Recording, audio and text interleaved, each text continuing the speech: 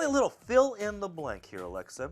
Let's begin with the team that you believe will surprise people. Which team will that be?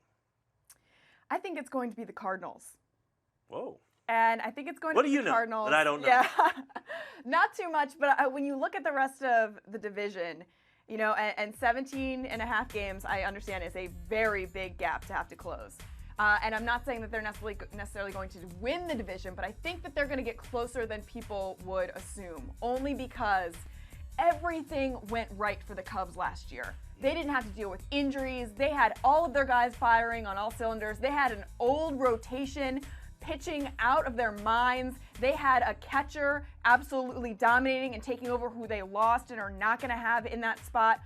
And so you have all of these different parts of this Cubs team that are going to be different this year. And I think the Cardinals end up taking advantage. Plus, with the changing of the guard, with Dexter Fowler now being with the Cardinals, I think that has a huge impact.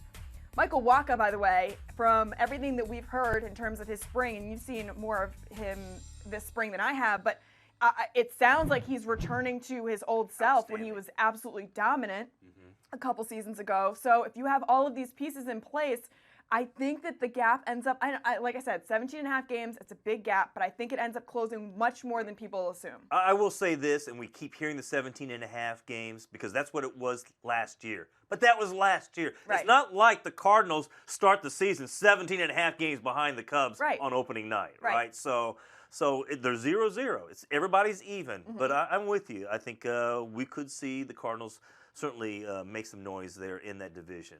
I don't know if they're going to win the division, and I will say this, they also need to worry about the Pittsburgh Pirates. Now, we saw, I don't know how to explain what happened in 2016 to these Pittsburgh Pirates. A lot of focus was on the drop-off in production by this man right here. If Andrew McCutchen can turn things around, and I raised the point in the World Baseball Classic, his numbers were not that strong. Small sample size, but you were kind of hoping that maybe you'd see a little bit more of the old Andrew McCutchen instead of what we saw last season.